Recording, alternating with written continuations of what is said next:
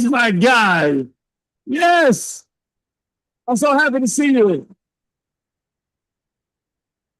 Hey, gratitude is a skill, guys. But if you practice, you'll get a joyful life regardless of your circumstances. Can't go. Goodness. Oh, my goodness.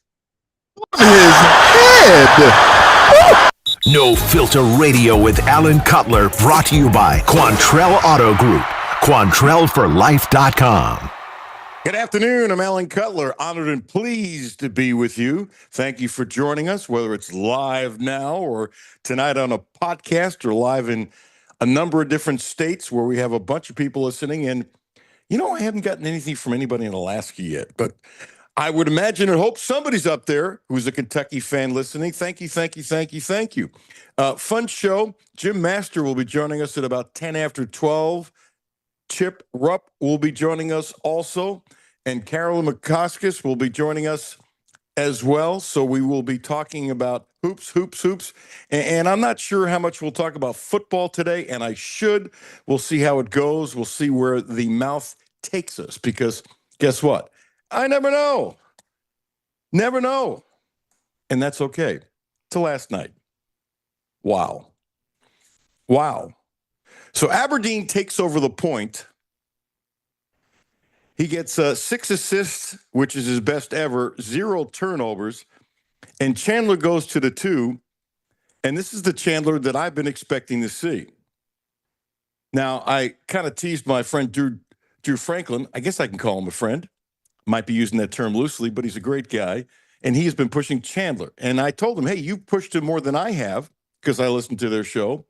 But I've pushed him hard. And I've said something that he hasn't said. I know that I think Chandler, and I've said this before, and Jimmy will testify, not that I need him to testify, in a court of law, right, Jimmy? That would you go to a court of law for me? Yes, right hand on the Bible, yes. Really? And if I was wrong, you would say, hands off the Bible. Yes. Quickly, as it should. I think Chandler's an NBA player. And I learned this lesson from Roy Kidd, the former EKU spectacular coach who should have ended up being the coach at Kentucky, but they thought he wasn't big time enough at EKU. It's a true story. And in the early 80s, I'm standing with Roy, and it was amazing how much speed he had. Ah, definitely, friend. Ha, ha, ha. Thank you, Drew Franklin. That means a lot. Appreciate you, dude. Roy Kidd, I was talking about his recruiting, and he had so many guys. I could picture some of the linebackers. They were 5'10", and maybe 210, and maybe 198, and maybe 215. But they could run. They could run. And I was talking about recruiting. He said the first thing he looked at in recruiting was the feet. He said, we could put weight on anybody, but if you got bad feet, what am I going to do? There's only so much you can do. Feet first, speed second, and then all the intangibles. Can you do school? All that kind of stuff. But feet first, speed second. And the feet and the speed are back to back. And then the other thing he said, which I think everybody knows who follows sports, you have to project. He said, I'm at EKU. I'm going to have to project that this kid who's fast, but he's too light, can I get enough strength on him that he can play for me?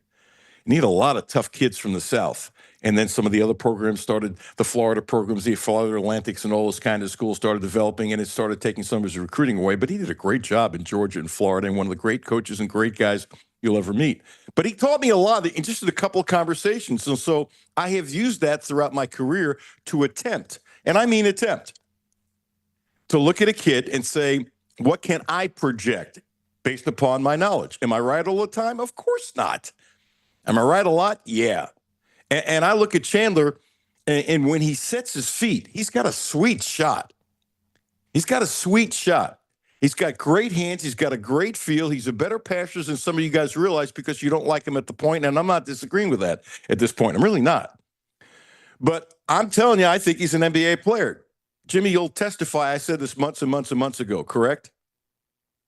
Yes, you've been on the Colin Chandler bandwagon for a while. Actually, last year, when it was obvious that he was weak and out of shape, not weak like me, not weak like you, Jimmy, but come on, you do a mission for 2 years. And I still think he'll be thicker next year. But he's got a feel. He's got great hands. I really think he's an NBA player. I thought this last year. I'm saying it now. It's convenient to say it now after the night he had. And here's the deal. When you tell a kid he can't do something, or an adult, they don't like it. And so he likes playing the point, and he'll do anything that's ever asked. And I think the pride factor in him when he hears, come on, the kid hears that you're not a point guard. Do I think it probably bothers him a little bit? Yep. Does he love Pope? Yep. Is he going to do what he wants? Yep. But he's a scorer. He can put the damn ball in the hole. In the process of scoring, then he can pass. He's actually a score first, pass second guard. That's his talent. And I think if he played point enough, he'd be a fine point. Great point? I don't know.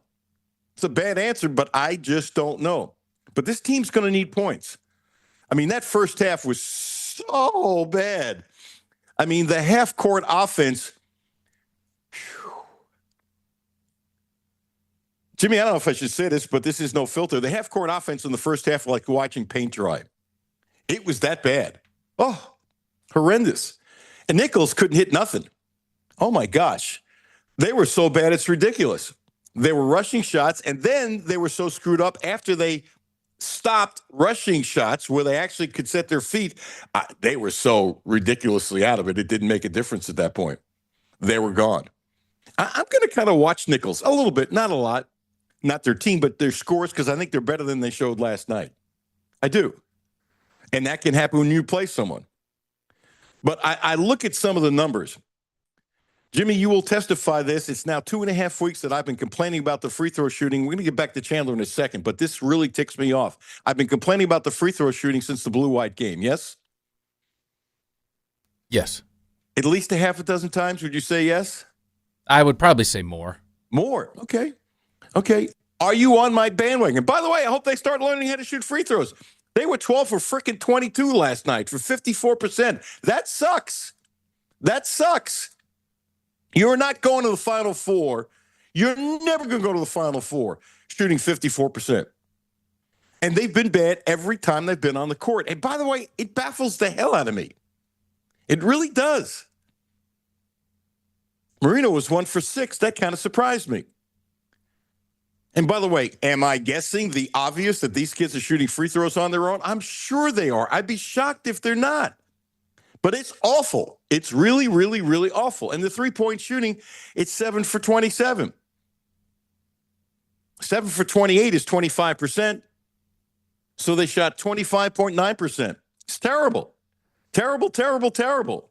It really is. And Nichols, oh my gosh. They were 4 for 24 from downtown. Did a better job shooting free throws, not by much. And they couldn't hit a shot from the field of three-point in the first half. Now, this is what I liked in the first half, and I think I put it on Twitter. I saw this team play much tougher defense. I saw this team holding their ground. I saw this team hit back. These guys hit back in the first half. I loved it.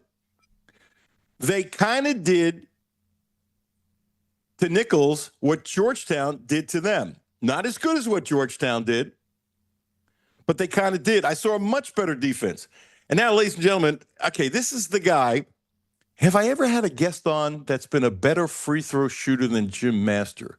I don't think so. We've had a lot of basketball players on. Ladies and gentlemen, without further ado, one of the great shooters in the history of Kentucky basketball, who's been kind enough to join us many times, a guy that I enjoyed covering and talking to back in the day, Jim Master. I don't see Jim, but is he in? He should be. Jim, are you there? I'm here. How are you, dude?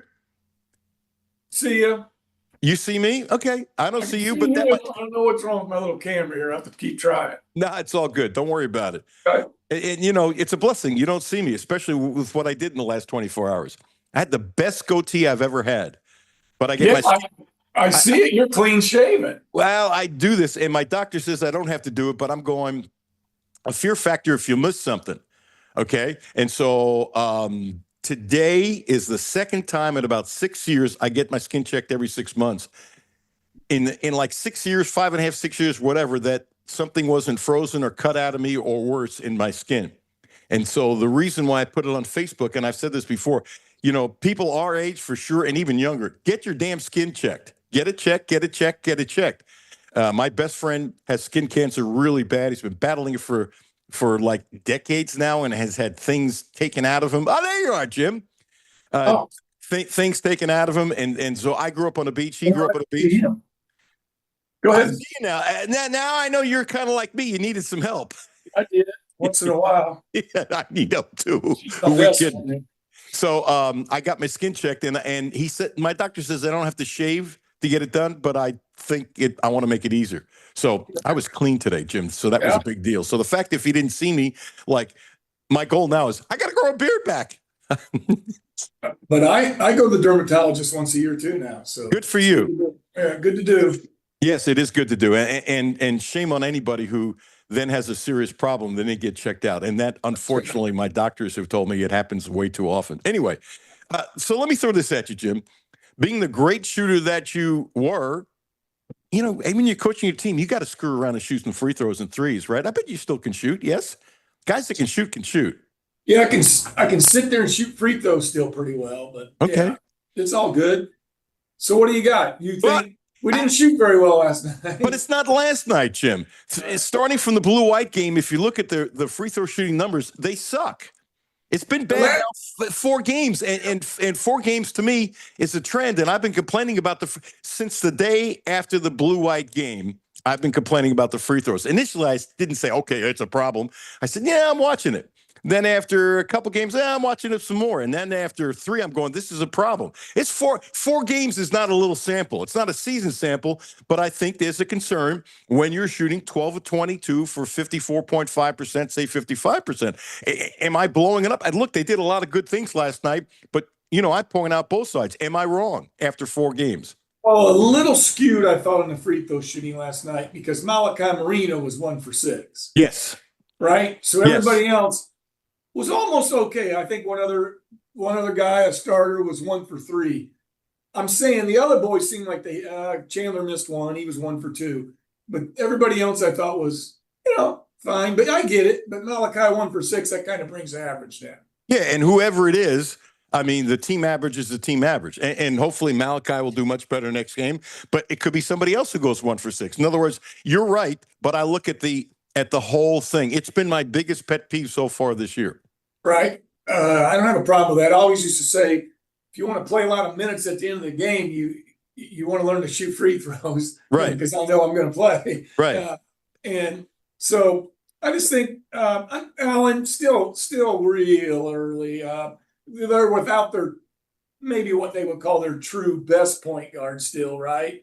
But I thought Aberdeen. Yeah, he's one of my favorites. He's got a motor, and I thought he played pretty well, had some assists. Thought that was nice. Chandler, of course, is a better 2 guard than as a 1 guard. I thought you could see that. Of course, he excelled at that last night. So I'm not worried at all until they get their other point guard back. I think there's another piece of the puzzle on the team, too, that we think is going to play sometime in the near future, which is a fairly significant piece. So I love Allen that he's playing. Of course, we knew this. They're deep. Everybody's getting their opportunity. That's my favorite line. And we're going to see who can get it going. And so, look, to me, everybody got their opportunities. Jasper, he's definitely getting his opportunities and taking advantage of it. And he can shoot. So I think we'll see how it goes. Again, it's so early.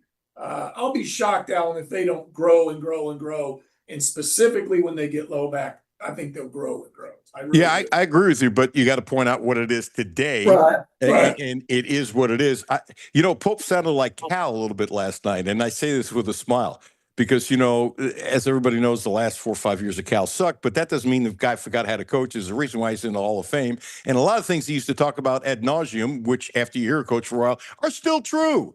So, it's like he's been ripped so much like, okay, the man's in the Hall of Fame. They don't give that damn ticket away. And so Pope last night, as smart as Pope is, said basically he's like Cal. He's still figuring the team out. I'm going, yeah, okay. He's still figuring his team out. What the heck is wrong with that? Yeah, 100%. That's what I'm saying. long ways to go here. There's a reason they play a lot of these what we consider subpar games, and you got so I just think you just keep working, Alan. When we'll be tested. And of course, we've been tested. I know Georgetown, but again, didn't even have our top 2 point guards in it. So I think as this year goes on and they play a really good matchup, which is going to come up pretty soon. Yep. Then you'll see what you have. These games to me are more like practice. And like you say, figuring the team out, figuring the players out, figuring a rotation out sometime soon. But I think he's giving everybody so many chances to see what they can do. Which is smart. Let the kids eliminate themselves. Let the Amen. kids That's say, exactly okay, what I mean. I'm better than maybe some people thought, and I'm showing you, so it's all good. I don't know if you were hooking up when I said this. The thing that I liked the most last night was the fact that they were much more physical on defense. They held their ground. I saw kids using forearms. I saw kids, taking shots like Georgetown did to Kentucky, although I don't think they were as good as Georgetown the other day. But they were much, much, much better. Stuff that used to be called fouls, or you think would be fouls, at least 10, if not 12 times. I didn't write down the number where it could have been a foul. They were just playing tough defense. Okay, they're not calling this. This is okay. Let's do it. And I like that so much. And Pope kind of said, yeah, we got to work on our offense. We've been spending so much time on our defense. Okay. I like that. But did you see the same physicality that I did, different than it was against Georgetown? No, I agree with you. And again, they played against a physical team, Georgetown. So I like that aggressiveness. I think the game in general gets more aggressive each year than it was, more teams. So I did like the defense a lot. And by the way, Alan, what was our Achilles heel last year? Kind of the defense. So I think this is all good. And I really, really, truly think they're going to grow just so much over the next few weeks. Can I test your memory here? And on my memory, I can't get it all. You can't either. But what's off the top of your head? To play a simple game? Yes, let's do it. Okay, so this is the 50th year at Rupp, and I put it on Twitter last night, a suggestion to my dear friend Keith Farmer of LAX 18 and Maggie Davis, who does a wonderful job, Sportscaster of the Year, that if it was me, I said, if I was your boss, which would be bad for you and bad for me, what I would do, because they have the wherewithal to do it, I'd go back for the last 50 years and come up. And it'd be a great story, but it'd take a lot of time and a lot of phone calls and a lot of research. And the tape is there. The top 10 dunks in the history of Kentucky basketball, just Kentucky, not their opponents. Or you can do the opponents, but there's so many good dunks. So I have a few in my head. Something off the top of your head, because I got to tell you, I'm putting two together as one, but two of the top five come back to your era back in the good old days that I think everybody forgot about. You got something off the top of your head? Kirk Minifield, he did a nasty dunk one time, got his on a break and got his knee in the guy's chest and just went way above him. That's the one I remember the most. The Mississippi State dunk. That's correct. Yeah. It's like he was like stair stepping. It's like he got the guy's chest and went up on him. Yeah, he did. Yeah, that was a crazy one. I remember this is see, you said it had to be UK. The other one was Dominic Wilkins over Charlie Hurt. Charlie Hurt thought they were shooting. Charlie Hurt thought it was a 1-and-1. Let me think, I'm gonna get this right. No, Charlie Hurt thought it was a 2-shot foul. He stands there, the ball goes up in the air. Dominic Wilkins goes way above him and just slams it in off a free throw. It was nasty. That's my two favorites. Oh my gosh, I'm embarrassed, Nasty. Jim. I forgot about the Dominique. Oh. You said that, I'm going, oh. Yeah, Dominic, and Charles thought it was a 2-shot foul. He's up, and he just grabs it. It was pretty nasty. So yeah, it was two of my ones I remember. One was only Kentucky, but Sam okay. Bowie, we had a lot of them. Okay, there's two dunks in particular with Bowie. It was the year before I got here, and when I got to 18, there were only 2 tapes. It was from the season before. There was no file system, nothing. So I sat down and watched. It was a highlight thing, not every single game, a highlight thing of 2 tapes, and I sat down and watched it. Dirk Minifield threw the two of the prettiest passes I have ever seen. Both were at least midcourt. One was past midcourt. You're right. Alley oops to both. I'm getting a chill describing it. I use that every time I had an excuse to use those two plays. I did for the first 2.5 years. It was like, oh, we talking about Bowie? Bowie's hurt again. I'm sad he's hurt again, but let me take this out so people can remember because you look at it, whatever. Alley oop dunk passes from from the half court and one. Yes, 100%. Yeah, crazy. And they were perfect. As high as Boo could go, as you know, he didn't have to do anything, and he didn't save Minifield. Minifield's passes were perfect, and nobody talks about those two dunks. Yeah, I remember that. Yeah, absolutely, the half court. That's what's crazy. You don't usually see a guy throw it from half, especially back then. So right. Half court, and Bowie being able to catch it, slam. Yeah, that was. You're right. That was a great. So would you without? I don't have enough research in my memory, like you remembered the Dominique as soon as you said it. Yeah, I remembered, but I had forgot about it.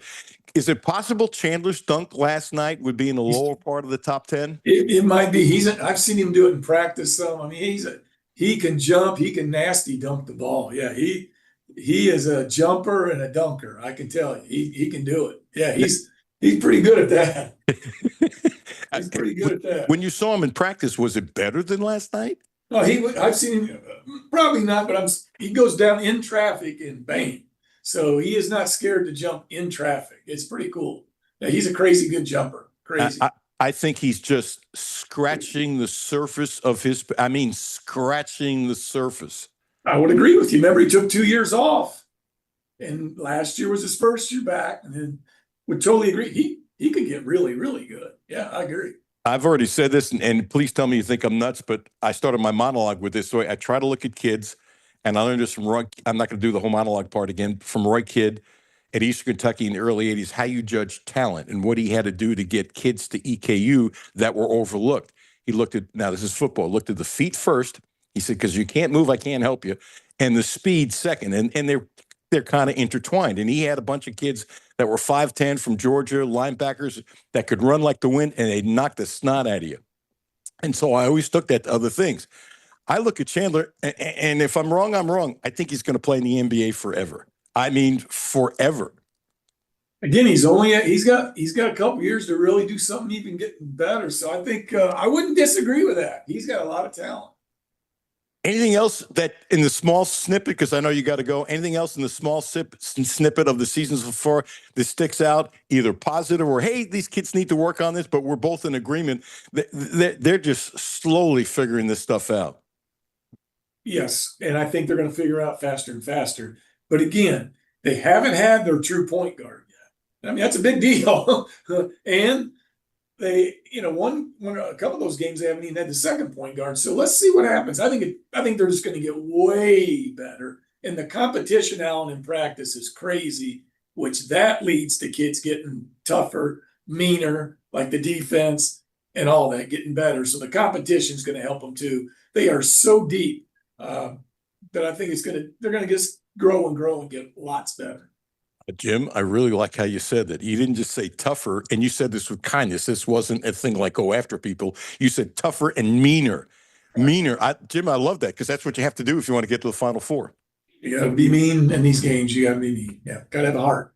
Got to have courage, heart, toughness. So tell everybody the years you played. I should have done that in the introduction. 80 through 84. So I wasn't there for the 50th, if you know what I mean, the start of it. 80. So we were there, 3 or 4 years after it opened up. So, yeah, Rupp Arena, I'm talking. I got you. Last one. I'm going to hold you for 30 more seconds. The fact that it's 50 years at Rupp, what does that mean to you emotionally? And you think, look, you're one of a lot of guys, obviously, but you're an integral part of the 50 years as a lot of your teammates and guys after you have been. There's a whole bunch of guys, but you're part of it too. Do you have any special emotional tie to say, hey, look, as you look through the years, hey, I played for Kentucky and look at the history of this program, and now this is 50 years. Does that hit you at all? It does, but Alan, I'll say this: it probably hits everybody in the Commonwealth that has been down to Rupp Arena. Think about it. So this gymnasium facility has been there for 50 years. Most of them don't survive that long. Carrier Dome's in there too. But I'm saying, look at all these new gyms, all these places. So it's fun to go to Rupp Arena, and my son I actually played right here. It's not a new building. This is where Dad played. So I think that's pretty cool. And they've revamped it. It looks nice. And Alan, 50 years later, still quite a facility. Yeah, it really is. You know, the last thing, I'll let you go after this. The fact you said, yeah, I can go with my son. Yeah, And dad played here. Tim, that's Yeah. pretty cool. That's pretty cool, it is. dude.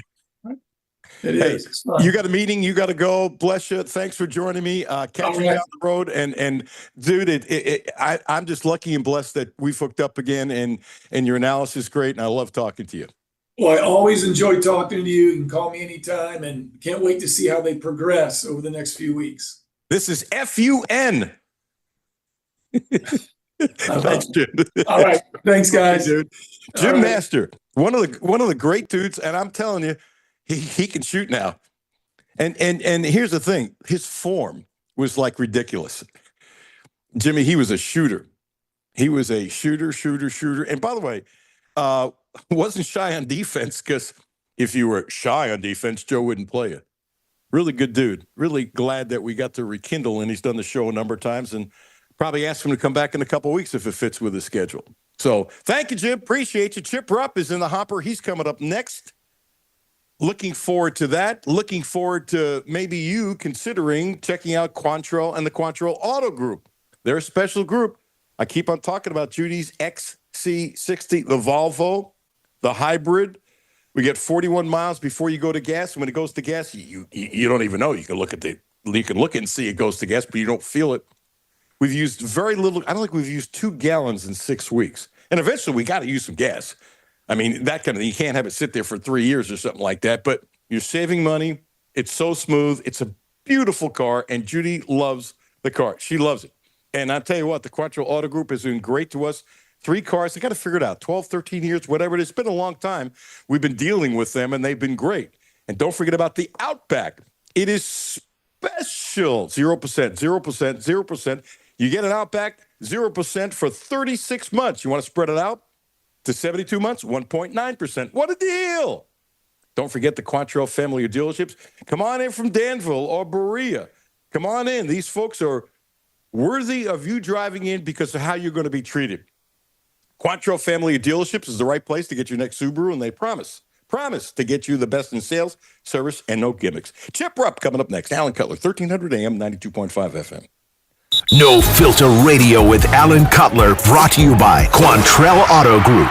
QuantrellForLife.com. Hi, this is Alan Cutler. Have a no filter comment?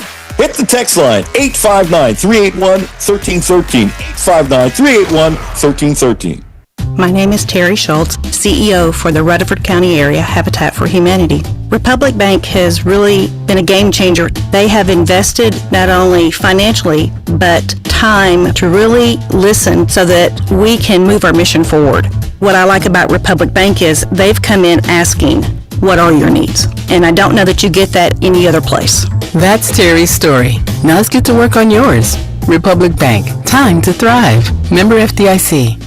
Houchins Insurance Group is proud to partner with Auto Owners Insurance, a company that provides opportunity for independent agents to make insurance simple for their clients, offering risk management services that range from a renter's policy for your college student to home and auto coverage for your entire family. Houchins Insurance Group assures you that nobody works harder to keep you protected from life's uncertainties. Reach out to AJ Boss or Zach Bennett at 859-263-2771 to see if Auto Owners Insurance makes sense for you. This is Brent Clark with my daughter, Carlisle. We want to help you get ready for the holidays. So if you are just headed around the block or far away, stop in, gas up, and get some yummy treats for the car. Check out our holiday specials, including Mentos or Trident Vibes bottle pack gum for $3.99 or Uncle Ray's potato chips 3-ounce bags for $1.99. So no matter where your holiday travels take you, stop in any Clark's Pump and Shop and get stocked up on holiday candy, and thank you for being a customer. Clark's Pump and Shop. Return, refresh, refuel. Hi, this is Alan Cutler. The Quantrell Auto Group has a great deal for this month. Subaru. The Outback is special, so check this out. 0%. That's right, 0% interest for 36 months. And if you want to spread it out to 72 months, 1.9%. What a deal. 0% interest for 36 months. Don't forget, the Quantrell family of dealerships is the right place to get your next Subaru, and they promise you the best in sales, service, and no gimmicks. Back to No Filter Radio with Alan Cutler. Podcasts on Apple, Spotify, and Google, Monday through Friday. Chandler. Oh, my goodness! On his head!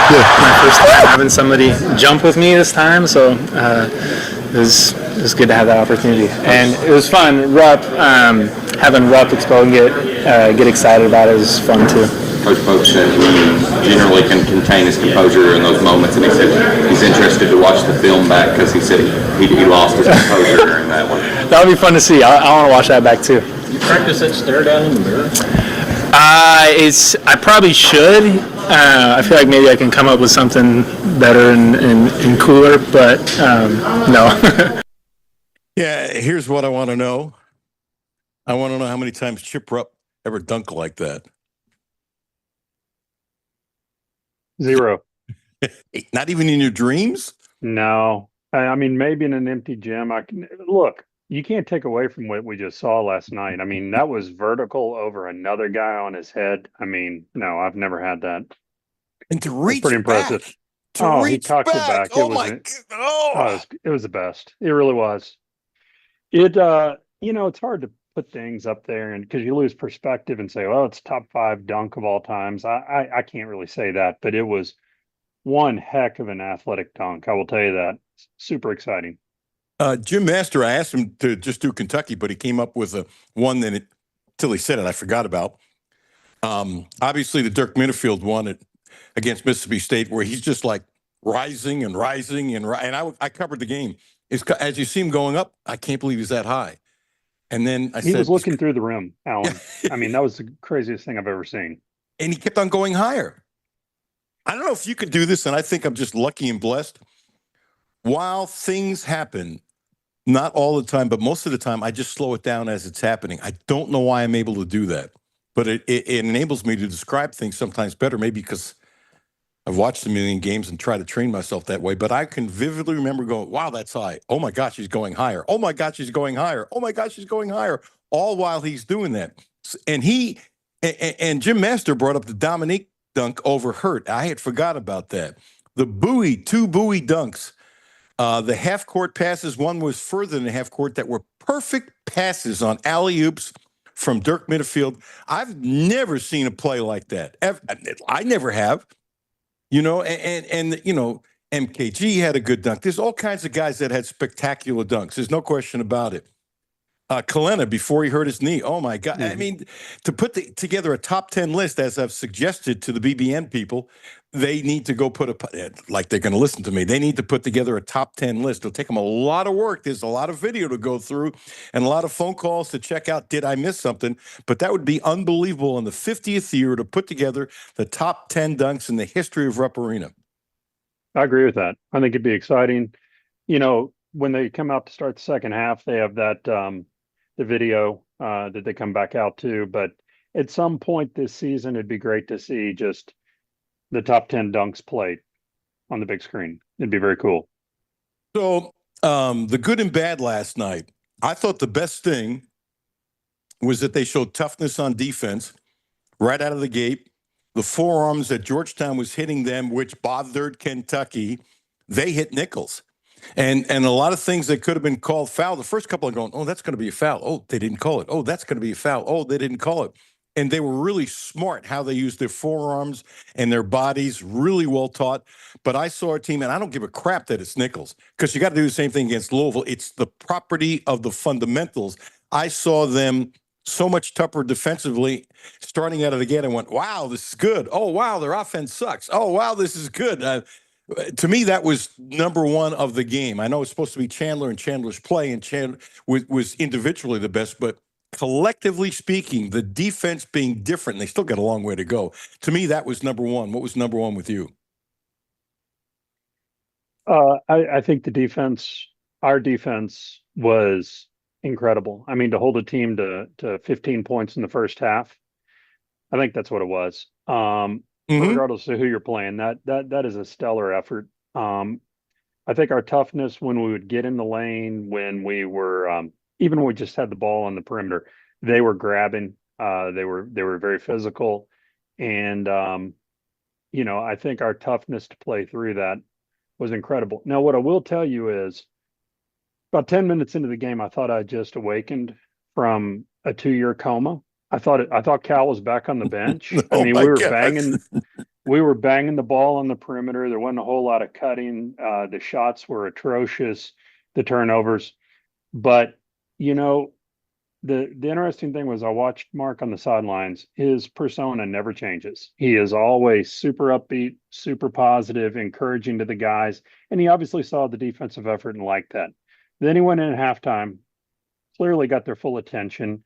And they came out in the second half and were able to put the ball in the bucket. And then we saw them extend the court a little bit, which we speculated they would do, which you couldn't do in the first half because you weren't making any shots. And it went on from there. It was fun. I mean, even little Wayne was complimenting on Twitter Chandler's dunk. I still can't believe he could reach back that far and do it. The first half, it was like watching paint dry. They were so bad with their half court offense. I couldn't believe how bad they were. They were doing a really bad job because this is something that Popes wants, of getting the ball across the midcourt line quickly. They looked even slower than last year. This whole thing about getting across the midcourt line in 3 seconds or 4 seconds, oh my gosh. Now, maybe it'll be better when they get full steam ahead when everybody's healthy. But and they couldn't get a shot off. They couldn't get open. They couldn't beat Nichols one-on-one. They dribbled the ball way too much. I mean, it was just absolutely horrendous. They deep into the first half. Deep in the first half, they were on pace to scoring 40 points for the game. Obviously, I wouldn't say exploded, but they did well in the second half. And so the lack of movement and what bothered me, the dribbling too much was partly because they couldn't beat their man. And this is frickin' Nichols. And I'm sorry, you're supposed to be able to beat maybe not everyone because everybody's got talent. You're supposed to be able to beat your man in front of you, and no one could do it. No one basically could do it in the first half. It was shocking to me how, athletically speaking, they were in a conundrum in the first half. Yeah, it was not good. And I said it tongue in cheek and joking a little bit. It felt very similar to what we witnessed at the end of Cal's time period. Really stagnant on offense. The movement was not good. We couldn't beat anybody on the dribble, get any paint touches. But I mean, let's take a deep breath. It was a first game. We didn't have Jalen Lowe out there. We didn't start the game with Aberdeen. I think even Colin Chandler would readily admit that his strong suit is not running the point and beating guys off the bounce.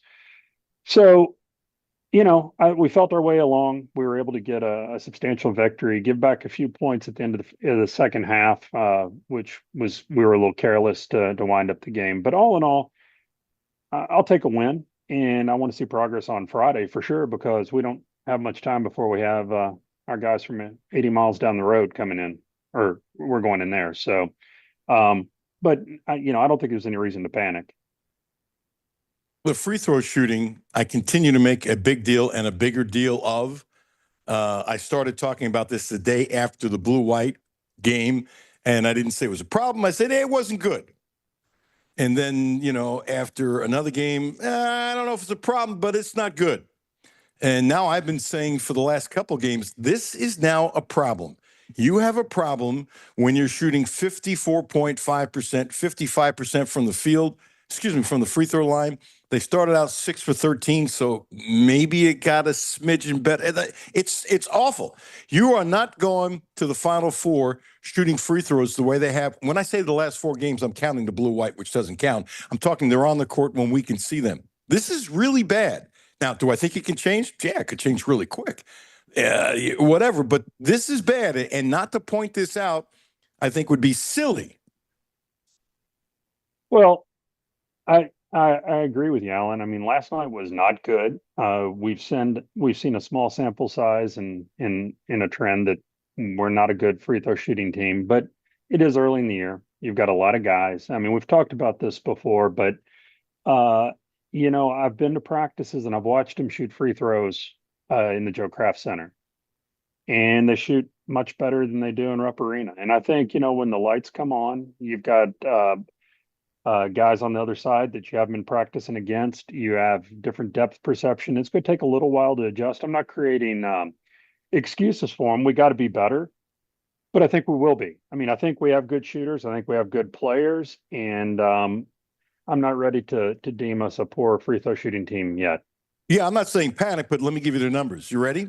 Yep. See if your opinion changes a smidgen. And by the way, they can end up shooting 75%. I'm not saying it can't change, but when there's a trend, good or bad, I'm jumping on it. 53%, 69%, 65%, 54%. That sucks. 53, 69, 65, 54. As a team. Yeah, that's not great.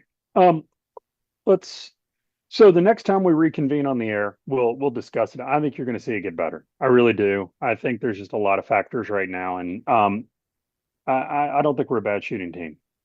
Let's put it this way. We'll be fine. I'm not saying it can't get better. I'm guessing it's going to get much better. And then you say, guess what? It got much better. That's the proper way to handle these things. But you have to have your head in the sand not to be slightly concerned at 53, 69, 65, 54. Fair or not fair? That's fair. Yeah, I would agree that I'm slightly concerned, but not gravely concerned. I think we're going to get better. I think the difference is Mark is so positive. The message that then he has with the guys, he's going to address it in a way that it doesn't get in their head and make them think, oh, wow, I'm not a really good free throw shooter, because so much of it's mental. He's the master magician at doing that, and he will address it. I mean, he sees the numbers and knows you can't make deep runs in the NCAA tournament, SEC tournament, or any tournament shooting the ball like that.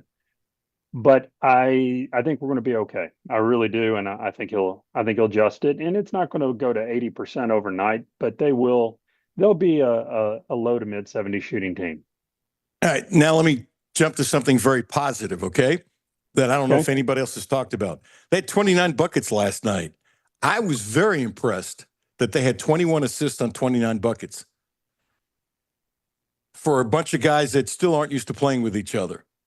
To me, that was very impressive. I agree. No, it was. I mean, you can see that the guys are they're not selfish at all. They're trying to help each other get easier shots. I was not aware of that statistic after last night's game. But I mean, I think there was a lot to be positive about. I mean, we played a super athletic team. The announcers on the game said that the Southland Conference hadn't done a preseason poll, so you really don't know where Nicholls State sizes up. But they were super athletic. They had some guys that have played and contributed at other schools, so it wasn't just a routine cupcake to get us out of the gates. And I think it was a reasonable challenge to shake some rust off and get ready for Valparaiso on Friday. I'm agreeing with you. I want to know the thing you're most concerned about and the thing you're most happy about. The thing that I'm most concerned about, I really don't have any concerns right now. I want to see, so I've got to go back to the game before last night. I was not pleased at all with what I saw against Georgetown. They came in clearly as a priority for them to send a message. They had us well scouted. They exploited us in some areas.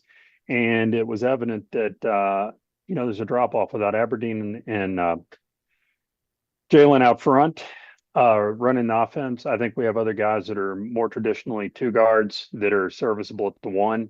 And we saw that. Even though Aberdeen stepped in the second half, and you could see that the whole pace of the game changed a little bit, I think it's going to be really important to get Lowe back and get him on the court in the flow of the game and playing through his injuries and get his mental toughness back. And I think that's going to really give us a glimpse of what this team can be. So I don't have any real concerns, but we do need to get him back out there and see what we look like with Aberdeen Lowe out front running the point.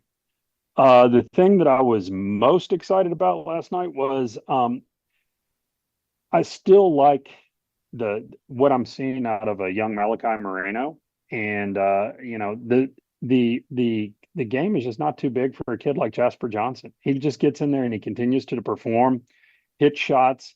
He shot a ball in the first half. It was kind of an underhanded layup with a little bit of English. It was clearly a high school shot, an AAU shot. Most coaches would lose their mind, but he figured out a way to get it done. And what do you say? I mean, I think the term's been used, he's slippery, and he is. He just gets to the rim and figures out a way to get it up on the glass and get it in the hole. And I want to continue to watch him closely and see how he develops. But I am excited about our components right now. I'm not trying to be mean, but Cal wouldn't like that shot. I mean, remember all the things he wouldn't let Murray do, and Murray could do it, like make the simple pass, but Murray could pass other ways that he practiced so much he could do. That was one of the things about Cal that I personally didn't like. Okay, let's play a little game here. Okay. Bob Euchre was reborn again last night. Okay. This is a comment we played yesterday from Jasper Johnson about his dad when his dad goes watching him play. So we're going to play this again, and then we're going to talk about what Dennis did last night. Jimmy? Usually, when my dad comes to my games, he sends out the very, very high top rows as far away as possible, because he's crazy. A lot of screaming, a lot of yelling, a lot of frustration. But this is the first game he'll be able to come to since he's been coaching. But I'm not sure what to expect from him, honestly. Is it one of those things where sometimes people say they can pick out certain voices that they from the you think you'll be able to hear them with the crowd? Yeah, I know I will. My dad's probably the only person on this earth who can really get into my head when it comes to stuff like that. I know whenever I'm playing bad, he just does his little whistle that I know I'll be able to pick up and spot him. But I'm definitely excited that he'll be able to come see me play in person. But he's not sitting next to He's trying to get as far away from me as possible because he knows I get mad whenever he's mad at me. So, it's exciting for sure. I like that. I get mad at him when he gets mad at he. Hat tip to Ryan Lemon. Ryan got a picture of Dennis in the upper deck in the last seat, and it wasn't a big crowd last night, so he was by himself.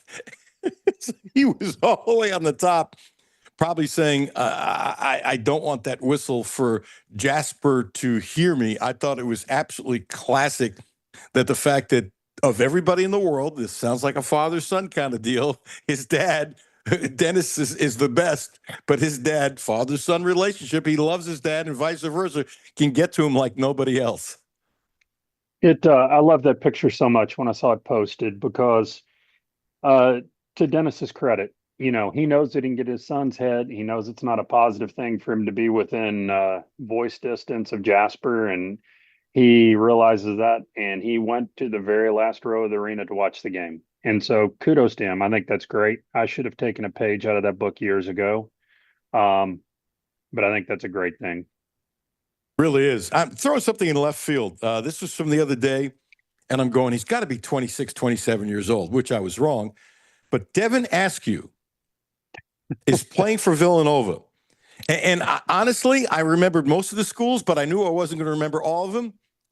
I forgot about Long Beach State. Started at UK, went to Texas, went to Cal, then Long Beach State, now at Villanova. I really thought he was like 25, 26. He's only 23. And by the way, Kevin Willard, the Villanova coach, a huge fan of him. I think he's a hell of a coach, neither here nor there.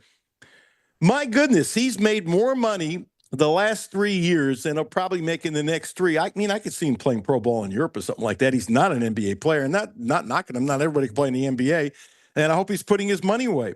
It's unbelievable. 1, 2, 3, 4, 5 schools. This is nuts. I was absolutely stunned when I saw him take the court. I was like, that kid was back before the pandemic, I think.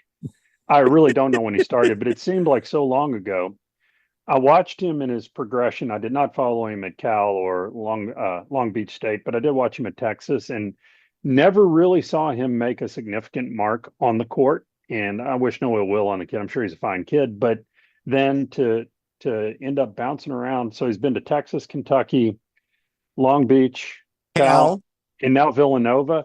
I mean, those are all, for the most part, really prominent programs. And to end up at Villanova playing for Willard, it's an interesting thing to watch as the season goes on. I will remind you one thing. He was an early, he reclassified and graduated early. So he came in at 17 years old. Right. So he may only be 23, but it seems like he's been around forever. No, I remember he reclassified early. I still thought he was 25, 26. And I'm not knocking his talents, but when Kevin Willard got the job, he was, like a lot of coaches have had to scramble, he was scrambling to put a roster together. I'm not going to be negative towards Askew, but had Willard gotten that job 2 months before that, do I think Askew would be on his team? I do not. Probably not. And defending the kid, I bet Willard's very happy to have him. He's starting. You know, you pluck a guy who's like a fourth or fifth guy in the transfer portal, and then you're lucky to have him. Plus, he's an old bird. I bet he's a good teammate. He sure has 9 million teammates. I hope he's kept his jerseys from Kentucky, Texas, Cal, Long Beach State, and Villanova. That'd be a nice thing to have on your wall someday. Great man cave, right? Unbelievable. Just unbelievable. Let me go to another Kentucky guy, Maxey. I don't know if you saw this. He's got the most games in the history of the 76ers, which makes me think of Allen Iverson to do this. And I looked at this twice. I said, how could Allen Iverson not do this with all his 40-point games? He had the most 35 points and 5 assists and 5 3 games. In the history of the 76ers. And by the way, he only had 39 points, 5 rebounds, and 6 threes. He is a superstar. He's not claimed yet as a superstar. It's happening soon. He is a superstar, period. End of story. Yeah, he really is. He's made a huge impact up there, and I wish him continued success. I mean, it's been fun to watch him develop. But that's a stunning statistic right there. I would think Iverson would have definitely been in that category. It's a lot of points in the lane. This one surprised me. Penn State, Urban Meyers. So Urban Meyers actually wanted to come back and coach. And I believe the story. And I believe the story that he had discussions with Penn State.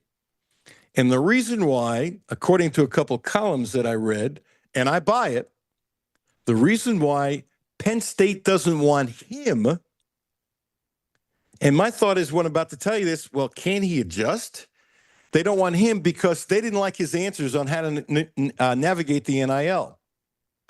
And so I'm thinking, if you want Urban Meyer, unless that's a BS excuse that you don't want him. Now, could that be in corporate, that they're coming up with a reason that's just bogus? And can you hire somebody to be a general manager to help navigate that? And Urban Meyer is a smart guy. Could he learn the other nuances? Plus, the other thing, too, is what he's doing for Fox Sports. You would think he would know. And that makes me tend to believe if he really doesn't know, he's lazy. You know, some guys, as you know, when they become, I'm not saying it's true, but some guys, as you know, end up being commentators and they don't do that much homework. You know, they do on their reputation. I mean, Bobby Knight, one of the things that bothered me when he was a commentator, he obviously didn't do any homework at all. He sat there, he's Bobby Knight, and he commented what he saw. I'm not ripping Bobby Knight, but a lot of people said that. It was really easy to see. But my thing is, isn't that kind of BS? If you're Penn State and you think Urban Meyer can be the guy, because they need somebody to be a CEO, if you sat down in an hour with him with an expert on NIL, you could fix that. Doesn't something not make any sense with this? Maybe, but what I will say about Urban Meyer, I don't know that I like him as a person necessarily, but I think he is a good football coach. No question what he did at Ohio State and in Florida. He's a brilliant guy. When you saw his little cup of coffee that he had in NFL, he strikes me as a guy that's not very flexible. And so, you know, the people at Penn State, as they're vetting him out, may have picked up on that, and that just scares him away from wanting to pursue him, even though he would be phenomenal on the field. He just does not seem like a guy that's willing to change in any way, regardless of who's advising him. So they may have picked up on it and they may have dodged a bullet. But from an X and O standpoint, I know he'd be a great pickup for them. Yeah, something about that doesn't wash. And I've said this for decades, and I'm not taking it back. First of all, I wonder how many people have already turned the job down. In other words, not officially offered, but, hi, you're the coach of Notre Dame. Would you be interested? No, that doesn't mean to turn it down. But this happens, as you know, all the time. Agents and coaches are asked. I have a feeling that they have been rejected for various reasons by many, many, many, many, many, many, many coaches. And some people are just happy where they're at. You're making a lot of money. You're happy where you're at. Why would you leave? The world has changed. Coaches, as you know, make so much money now. Leaving and jumping for more money if you're one of the power schools, like, what's another $2 million if you're making $8 million and you're happy? There's a lot of guys are getting smarter about that. But there aren't enough great candidates to fill jobs today in the big programs. Well, there's not. And we saw kind of a page out of that book last year or 2 years ago when we had our coaching change. And, Mitch went to, well, I don't know this to be a fact, but we heard that he went to Danny Hurley and he went to Scott Drew, and both guys passed on the opportunity. And the facts are, I think they looked at it, and I'm sure we're willing to pay him a lot of money, and it's attractive. And there was a time period where people would say, Duke, UCLA, Kentucky, Kansas, North Carolina, that is the vehicle that I have to be in order to have a chance to win a national championship. Well, those guys have both realized they are in a vehicle that allows them to do it, and they don't have the pressure.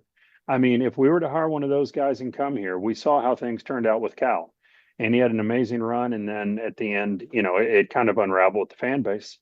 Same thing. They feel like they have much more job security with the body of work they've done at UConn and Baylor. And so where I'm going with all that, we see the same thing in football. You've got LSU, you've got Florida, you got Penn State. They went in and fired coaches and spent a ton of money to get rid of them. And now they're looking at the John Summeralls of the world, the Lane Kiffins, and the facts are, what's going to make you any different? It may be a little bit better vehicle where you can get better student athletes, but you go a couple of years and have a good run and then have an off year, they're going to be lining up to fire you. And so I think, even though they're prestigious jobs, I think the number of qualified guys that are willing to sign up for it are very few. And I think some of these athletic directors have overplayed their hands by pulling the plug on some of these guys so quickly. Not doing your homework. Well, the problem is nothing is airtight. So, if you're out putting out feelers with John Summerall, Lane Kiffin about your position that's not yet open, that's going to leak and that's going to cause you some problems. So, I don't know. I feel like with the number of coaching vacancies that we have right now, these guys have just gotten too impulsive. It is the playoffs or bust for many of these programs. And I think they knee jerked a little too soon and made drastic decisions that now they're paying the price for, and they may not end up with an upgrade as a coach moving forward. I think in a lot of cases they're not going to upgrade. Let's put it this way. Kentucky's lucky Pope is the coach. I'll give you two reasons. One, if Pope didn't come or he stayed at BYU, who is next on the list? Think about it. And you remember this. I know you remember this. When I was in Pittsburgh, it wasn't easy getting to Eddie Sutton to become the coach. Eddie Sutton was not the first choice. He was not the second choice, and he might have been the fourth or fifth choice. And by the way, there's nothing wrong about being the fourth or fifth choice because almost never does the first choice ever get it. Patino wasn't the first, second, or third choice either. I mean, that's just life. The first choice almost never gets it. But be that as it may, if Pope, let's say, went into something else, who is next after that? Nobody thinks about that. This could have been disastrous. Now, thank goodness for Kentucky basketball, he is the coach. I'm serious. But, you start going through the Hurleys and stuff like that, and then you're saying, this is Kentucky. Okay, this is Kentucky, and you want an elite to lead the elite. And I think the bottom might have fallen out if it wasn't for Pope. You think that's nuts? No, I don't think it's nuts. I think there's a lot of us that can sit on the sidelines and second guess people that are making these decisions. And the facts are, it is a hard job. And, all of us armchair quarterbacks say, oh, well, we should go get Danny Hurley. Let's say we would have landed Danny Hurley. It would have been a disaster. The fan base would have turned on him by January last year, regardless of the X's and O's. He's not a guy that we would have gotten behind on as a fan base. He's not a likable guy. It would have been a terrible marriage. I don't think, no matter how we arrived at it, I don't think we could have asked for a better fit. Someone who understands what the mission is, loves the Big Blue Nation, loves his time that he spent here, than Mark Pope. And had we not landed him, I don't know where it would have turned. One thing that I have figured out over the years is that Mitch does a good job at our particular institution of of, locating good coaches. I mean, when we had our female coaching search and, he ends up with Kenny Brooks. I mean, I think by all accounts that was a great hire, right? He wasn't on Absolutely. anybody's radar, but he was a phenomenal hire. And so, I mean, Mitch has a method to his madness, and he's been able more often than not to come with good candidates. So I don't know where gets those from, but to answer your question specifically, I think that Mark Pope was the ideal choice, and I think we're fortunate we have him. Nerves last night. I can still picture this. Owe couldn't catch the ball, and there were a couple of plays like that, like simple things, whatever. And by the way, having nerves is no big deal, but there were nerves early on, and then in the second half, the game was obviously over. But I thought both teams loosened up, and then the fact that we're nerves really doesn't bother me. But pointing out it was there, I was a little surprised it was there. I don't know if you were surprised, but it's okay. And then they're going to get into the heart of the season where you're playing a couple times a week and this, that, and the other, and you're going to get into a routine. They're not into the routine yet. Did you see the nerves, and did it surprise you? Yeah, I did see the nerves, and it did surprise me a little bit. But Alan, I don't know where we lost our way with college basketball. I mean, the two high level exhibition games we had in October, that is super early. Usually you're in your second week of practice, and we're right out there playing competition. These games seem like they're getting earlier and earlier, which gives you a little bit less time to get people reacclimated to game speed, which, always been out for a while with his toe injury. And just the nerves of getting out there and getting back into real competition. It did surprise me, but they're going to shake it off. They're going to be fine with that. The one thing I did question a little bit was I noticed how poorly we shot the ball in the first half. I mean, Aberdeen, other than 1 3 that he hit, I think he threw up a couple air balls, and I don't know how that is so far off, but I think it's just getting the game speed rust off, and hopefully we'll see a big step forward on Friday when we play Valpo. They almost shot twice as good in the second half than the first half. 32% from the field in the first half, 61% in the second half for a combined of, looking at the numbers, obviously 47%. I have a theory about Owe, and if you ask him, he's going to probably say, But when you have a toe, and I don't care all the swimming you do and, walking in the pool and the other stuff that he did to try to keep in shape, and that's great. And I'm assuming the trainers here did everything they could to keep him in his best shape they could. But as you know, it ain't playing basketball on the court. You can shoot all you want. It ain't playing basketball on the court. And I don't think he's in game shape yet. And by the way, I wouldn't expect him to be in game shape yet. And I think he's being, at this point, unfairly judged. You can say you have all some of the work. The kid did nothing for basically 3 months outside of shoot. And basically that's all he could do for quite a while. Couldn't run hard, couldn't cut, couldn't play defense, and he looks a step slow. He's looked a little quicker last night, but he still looks a step slow versus what we'll probably see 2-3 weeks from now. And I think he's being judged on, SEC, probably player of the year, potential All-American. All that stuff is really cool, but you're not seeing the Owe you would have seen from the get-go had he been healthy. And I believe some of the criticism on him is not fair. You got to look at the thing. He can't be 100%. I'm not saying his toe hurts. That I don't know. It doesn't look like his toe hurts, but that's neither here nor there. But he can't be 100%. There's no way. No, I mean, I think he's a little bit behind with his conditioning. I think the other thing could be, I think that scared him. He came off of a really nice campaign last year, and then he injured his toe this summer. And then he was off for an extended period of time. The disclaimers were all put out there that it's nothing serious, and I don't believe that it was. But I think it scares him a little bit because he has aspirations. He wants to play at the next level. He wants to help us win our 9th championship. And I think it got his full attention. And so I think it takes a while to overcome, an injury like that, to get it out of your head where you feel like, okay, I'm good to go. And I mean, no matter what you do on the court, there's no way to get away from your big toe. I mean, it's involved in every step you take out there.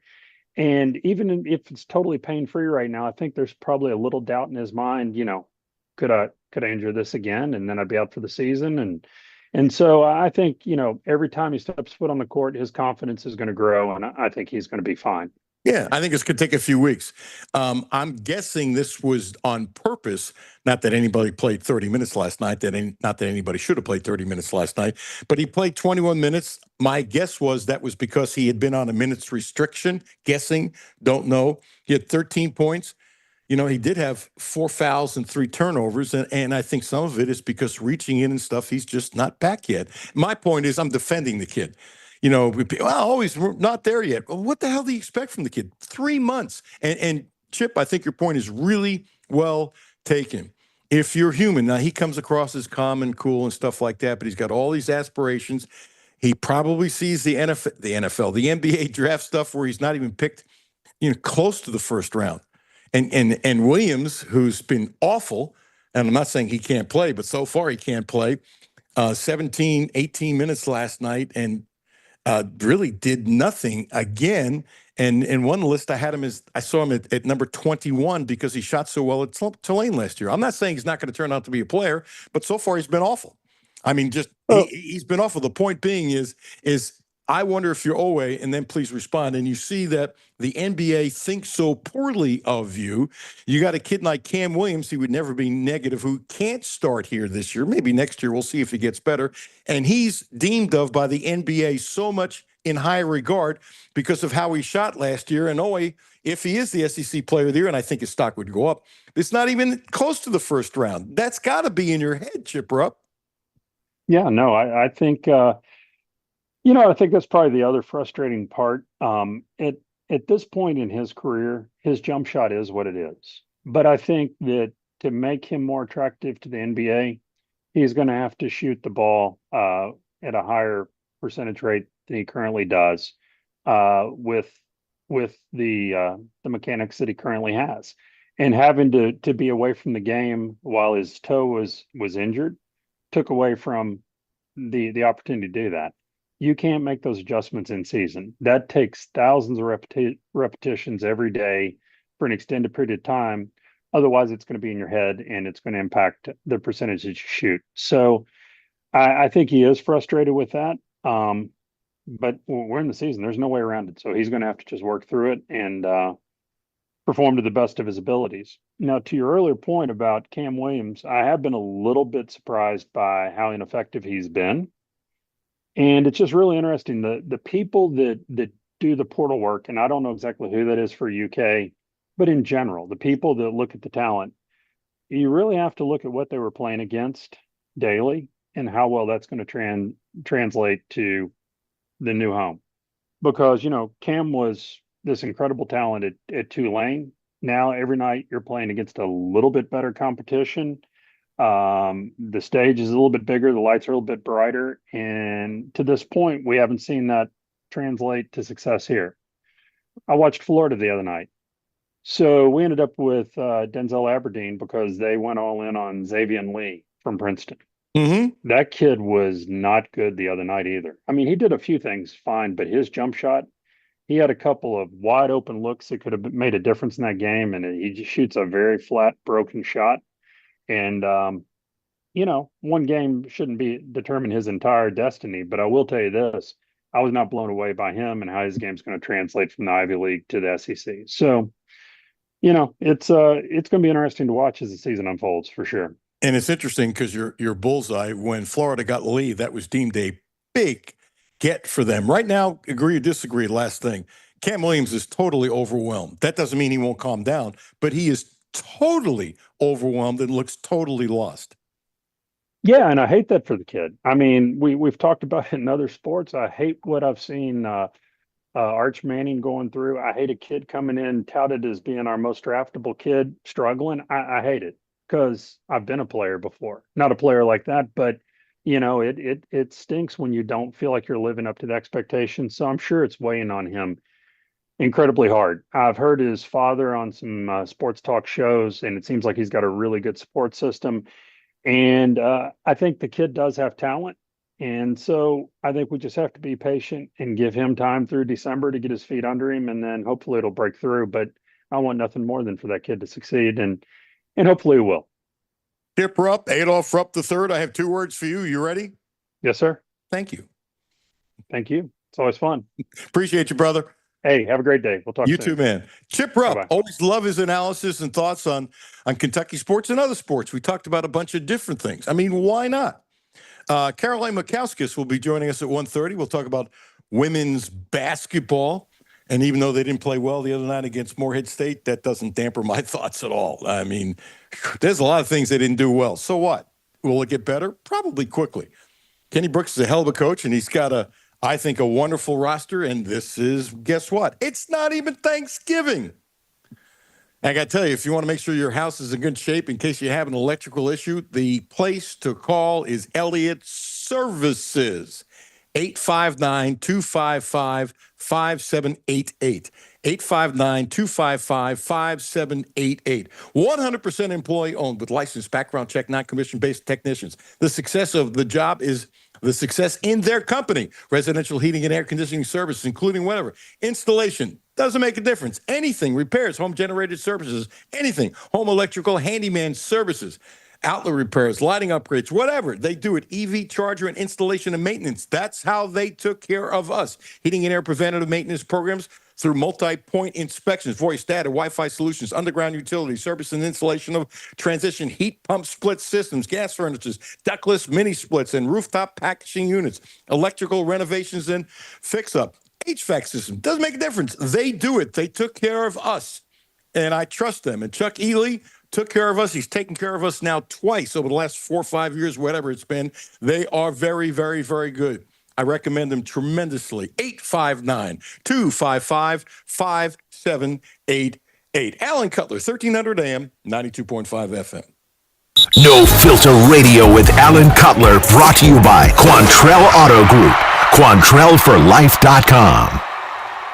Hi, this is Alan Cutler. Have a no-filter comment? Hit the text line, 859-381-1313. 859-381-1313. This is Brent Clark with my daughter, Carlisle. We want to help you get ready for the holidays. So if you are just headed around the block or far away, stop in, gas up, and get some yummy treats for the car. Check out our holiday specials, including Old Trapper Jerky 4-ounce bags for $8.99 and assorted Snickers standard size candy bars, 2 for $3. So no matter where your holiday travels take you, stop in any Clark's Pumpkin Shop and get stocked up on holiday candy, and thank you for being a customer. Clark's Pumpkin Shop. Return, refresh, refuel. I'm Kathy Bingaman. Over the holiday, there was an attempted fraud attack. My personal banker, Mary Rose, and I networked together, and the first thing that I thought of was I have to text her.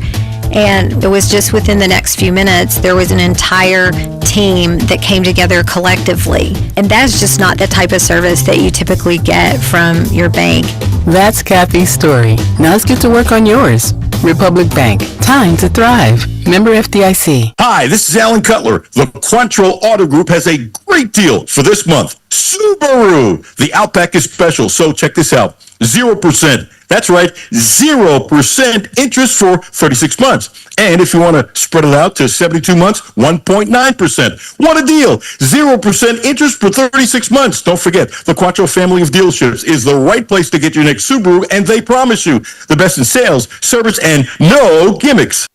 Houchins Insurance Group is proud to partner with Auto Owners Insurance, a company that provides opportunity for independent agents to make insurance simple for their clients, offering risk management services that range from a renter's policy for your college student to home and auto coverage for your entire family. Houchins Insurance Group assures you that nobody works harder to keep you protected from life's uncertainties. Reach out to AJ Boss or Zach Bennett at 859-263-2771 to see if Auto Owners Insurance makes sense for you. W223CV Lexington.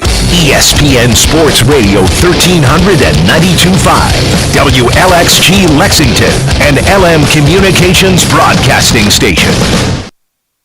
The only no-filter sports show in Kentucky. It's the Alan Cutler Show with award-winning TV sportscaster Alan Cutler. He used to call me, text me, 11:30, 2:30, 3 o'clock in the morning. Talking about post-up moves, footwork, and sometimes the triangle. This kid had passion like you would never know. So it's an amazing thing about passion. If you love something, if you have a strong passion for something, you will go to the extreme to try to understand or try to get it. What Kobe Bryant was to me was the inspiration that someone truly cared about the way I played the game or the way that he wanted to play the game. He wanted to be the best basketball player that he could be. And as I got to know him, I wanted to be the best big brother that I could be. Isn't that good? I'm going to guess some of you have heard this. It's not a new clip. And what you couldn't see, but you probably could easily feel, Jordan was crying. I mean, most of us have seen a gazillion interviews by Jordan, and the only time I've ever seen him cry outside of that when his dad was murdered, for obvious reasons. But that's a powerful piece of tape. It also tells you something about Jordan. How do I say this nicely?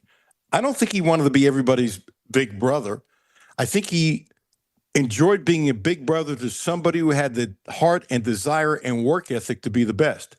That doesn't mean it had to be Kobe, but could be somebody else who didn't have Kobe's talent but wanted to be the best. If you prove that to him, and I believe this, Michael, I think, would go out of his way to help you, really go out of his way. But if you were like a good player and you were lazy compared to him, I'm not going to say he wouldn't have time for you, but he probably wouldn't have had time for you. Jimmy, I know you followed his career. You agree with that, don't you? Or if you disagree, bring it on, brother. No, yeah, I think I don't know if this makes it sound more pompous, but you have to be worthy for him to look at you like the little brother thing. Because everyone wants to have MJ be their mentor, but you got to show him, like you said, put in the work. He's got to see what you're doing behind the scenes. Are you really worth my time? And that's not MJ's logic, but that's kind of the way it is. That's not pompous. You just said it stronger than I did. We're saying the same thing, but you're right. You need to earn that right if you want me to be your big brother. I ain't just handing this crap out. So did I top you by being stronger because I had to be because it's my show and no filter? Yeah, you said it better. I was trying to not put the words in MJ's mouth, even though he would definitely put it that way. It just comes off like, but he's MJ. He's the greatest of all time. Right. He's just not just going to give his services out for free. The whole league would be coming up to him. But I will give you my services for free if I think you're worthy, but you better show me that you're worthy. Yeah. I've heard that soundbite 3-4 times. Jimmy, I'm guessing you have too. And every time I see it and hear it, it just gets to me. So I saw it. I thought we'd pop it. It's worthy of a couple seconds to doing it. And it really speaks volumes of a simplistic thing that gets overlooked. You know, talent is one thing. Duh. But work ethic is something else. And it's just so sad that he's not around. It's awful. One of the great tragedies in life and in sport, really, in life and in sport. Let's go back to Chandler. We're going to play 3 more clips, starting with number 2. And Pope basically said last night, I don't know if we're going to get to the soundbite with Pope today, but Pope basically said, yeah, you know, our offense wasn't that good because we haven't been spending any time on the offense because we're working on defense. Look, it's pretty simple. Kentucky's defense last year was no good. That's being nice. They weren't even top 50. I don't remember. They were 51 or 52, whatever the heck it was, but they weren't top 50. And they don't have to be number one. Be nice. Everybody wants to be number one, but stop it. If they're in the top 20, is that a huge improvement? Absolutely. If they're in the lower part of the top 15, which I think, by the way, is possible, depends upon their effort. Now, last night, they weren't a top 15 team defensively. Last night, they made huge strides. As a matter of fact, against Georgetown, they weren't even a top 50 team defensively. But they made a really, really, really nice jump last night, and they got to make a lot more jumps to be a really good defensive team. So what Pope is doing, he's pushing more defense than he was last year. You know, you look at what you did last year, and every coach kind of moves and adjusts and that kind of thing, and he adjusted to say, I need to do more defense. And so he wants the defensive mentality. And this is Chandler talking about that. I mean, that was something we hit on this week, and I felt like our team defense was great. Being in our gaps was something we hit on big this week, and so it's just something that no matter how the game's going, obviously offensively wasn't great for the first little bit, but that's always something we can lean on is our effort defensively, making it hard on teams to score, and that's what kept us alive for a long time. And that's true, because if they were lousy defensively, I'm not saying they would have been down at the half, but could that have been a 3-point game or a 5-point game at the half? Easily. Plus, Nichols helped them by being so lousy offensively. Part of that was Kentucky, and part of that was because Nichols sucked. And part of that, Kentucky being good, I think they got Nichols' heads a little bit. It's a combination of both. You can see that. So, here's the thing. I don't think he's a point guard, but I'm not saying he can't learn to be a point. I don't want him to play point guard on this team, and I think that's a universal opinion because I think he is a score-first shooting guard who can pass. And they need a score-first shooting guard who can pass. I actually think he's a really good passer. But I want him looking for his shot first. That's what I want him doing because I think he's that special. And I think he's just scratching the surface. So remember the pride that these kids have. Remember the pride that he has. And remember, come on, he's not going to like the fact that people are saying he's not stupid. He hears this up. He's a really smart kid. That people are saying he can't play the point. So that's got to bother him a little bit. But this is what he responds to about playing clip number 3, point guard. I'll do whatever I'm asked to do. Playing the 2, I've gotten a lot more reps at, and so playing the 1 is just something that I'm going to continue to get better at and continue to learn. It's just reps after reps and good experience. This last game and a half has been great experience for me as point guard, and by having someone like Zell, having someone like Jasper and J-Lo, that you're just confident they're going to make plays. Good stuff about other guys making plays. He's happy to do whatever Pope wants. And remember, it's not like he's been playing the point guard exclusively in practice where he could have gotten more reps because he wasn't needed there, just the way it is. One more comment about defense. We just have guys that are dedicated to it. It's something we pride ourselves on because it's something that if the offense isn't going great, because it's not going to be there every night. Anybody who watches basketball knows that, and so having defense is something that we can always rely on and something we pride ourselves and we love doing as a team. Clip number 1, Pope, and I like his attitude about this. Okay, it's real game number 1. And the team was tight, and he saw it. Obviously, he's Mark Pope, right? And on top of it, he's going, I'm not worried about it. This is just what happened last night, and we will get better. But I really like the fact that Pope was so forward talking about what really happened on the court last night. We had some tightness on the floor on the offensive end, but I was so proud of our guys' first half defensive performance. I thought we really, really focused the last several days on communicating defensively and trying to fulfill some different assignments, and I thought we did very, very well in the first half. Proud of Malachi Moreno. His goal is to be a 4 offensive rebound a game guy, and so he started off well. I'm really proud of D.A.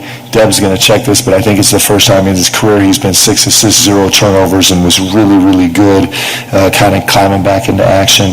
I'm proud of us on the offensive glass with 15 offensive rebounds. That's where we need to live.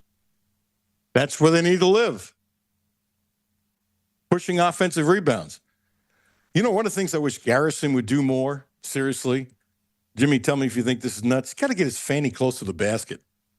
He wants to do so much stuff about shooting a 3 and the stuff about him bringing the ball up, and he took a 3 really early in the shot clock, which really didn't make any sense to me.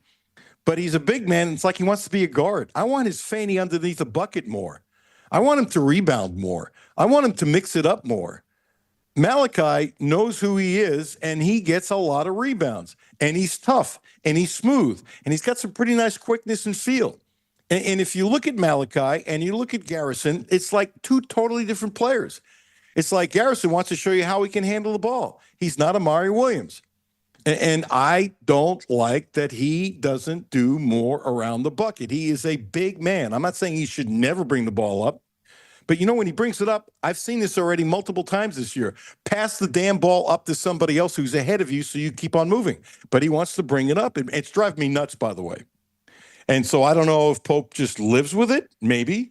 I don't know if he's kind of told him, you want to dribble up, it's fine, but get it to somebody who's up ahead.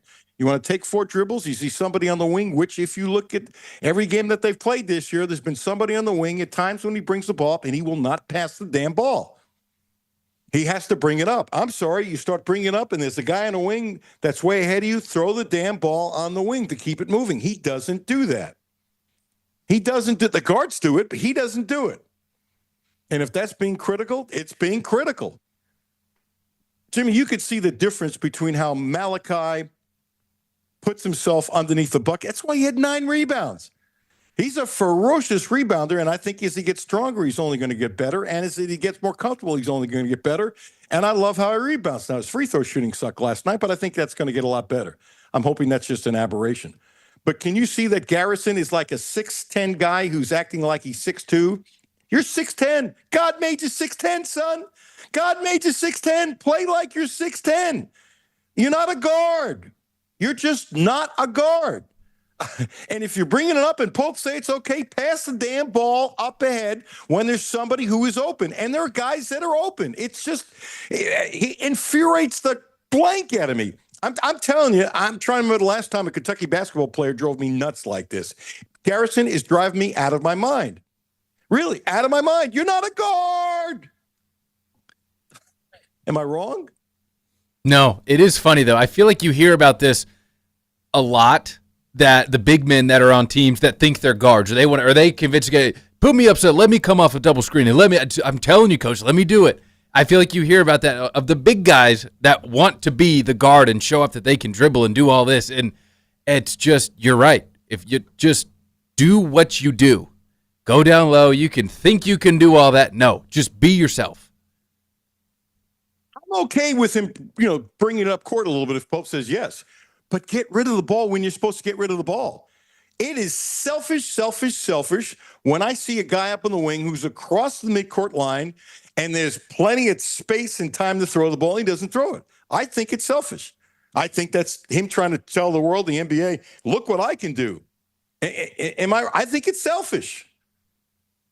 No, that's exactly that's what it is. And it, like you said, he wants to show the world and show everybody that he knows and the scouts and all that I can be, I'm a versatile big man. Look at me. I can take the ball up and pull up from the top of the key and splash a 3. Like that's what he wants.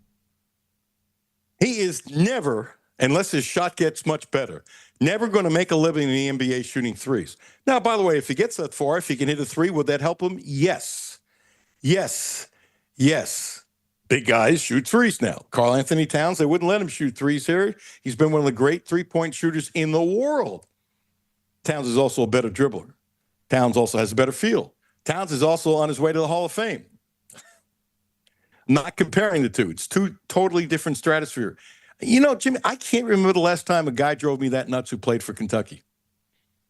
It's just like I want. How many rebounds could he get underneath the bucket if he got his fanny underneath the bucket? You would hope he'd be able to get close to what Moreno, 9 and 17 minutes. And what Moreno did rebounding-wise, he's done this before already as he gets better and better and better and better. Plus, he's also quick for a guy that size underneath, which I like a lot. Caroline is in the waiting room. Then we got to go to a break, and I should have already gone to a break. Looking forward to talking to Caroline, who's very, very, very good. And I tell you who else is very good. Blue Lotus Health, 859-533-0914. Acupuncture, 859-533-0914. Now also providing a licensed massage therapist. Ramon Carriega, Blue Lotus Health on Versailles Road, not too far from the radio station. Ramon has been a friend, and he's helped me out tremendously. Acupuncture, Blue Lotus Health, 859-533-0914. Talking about the ladies coming up next with a really good, can I say young reporter? Does that sound sexist? I hope it doesn't. I guess I'm jealous, Jimmy. I don't think so. I hope not. I hope she takes it the right way. She's good. Alan Cutler, 1300 AM, 92.5 FM. No Filter Radio with Alan Cutler, brought to you by Quantrell Auto Group. QuantrellForLife.com. Hi, this is Alan Cutler. Have a no filter comment? Hit the text line, 859-381-1313. 859-381-1313. Houchins Insurance Group is proud to partner with Auto Owners Insurance, a company that provides opportunity for independent agents to make insurance simple for their clients, offering risk management services that range from a renter's policy for your college student to home and auto coverage for your entire family. Houchins Insurance Group assures you that nobody works harder to keep you protected from life's uncertainties. Reach out to AJ Boss or Zach Bennett at 859-263-2771 to see if Auto Owners Insurance makes sense for you. Hi, this is Alan Cutler. The Quantrill Auto Group has a great deal for this month. Subaru. The Outback is special, so check this out. 0%. That's right, 0% interest for 36 months. And if you want to spread it out to 72 months, 1.9%. What a deal. 0% interest for 36 months. Don't forget, the Quattro family of dealerships is the right place to get your next Subaru, and they promise you the best in sales, service, and no gimmicks. My name is Terry Schultz, CEO for the Rutherford County Area Habitat for Humanity. Republic Bank has really been a game changer. They have invested not only financially, but time to really listen so that we can move our mission forward. What I like about Republic Bank is they've come in asking, what are your needs? And I don't know that you get that any other place. That's Terry's story. Now let's get to work on yours. Republic Bank. Time to thrive. Member FDIC.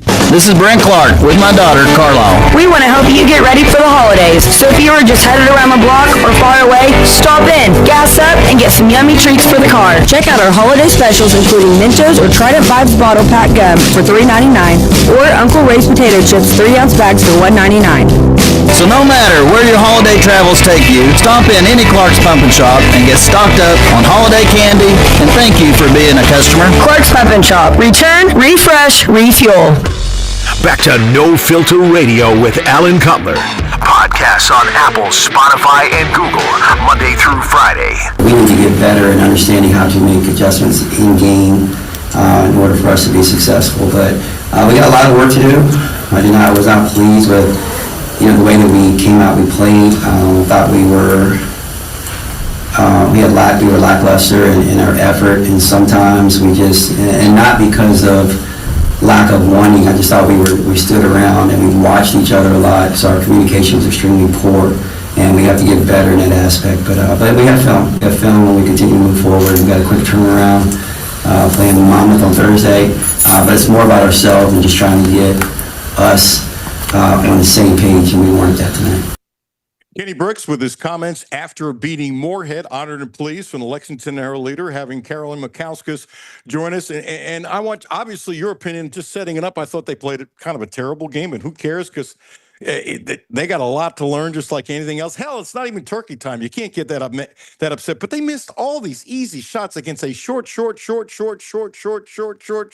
I say short enough team? And I think they're going to be just terrific.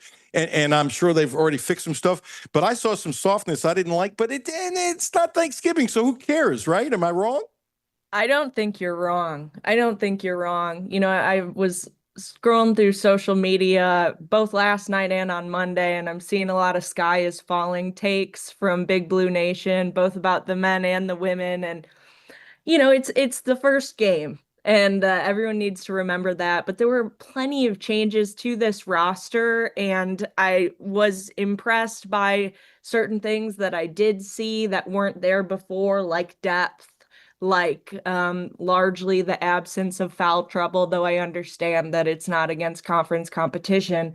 And also Jordan Obi. Jordan Obi is really good at basketball. So I'm not concerned. He's right. They've got a lot of things they need to work on. Communication needs to be upped, but that chemistry will continue to build throughout the season.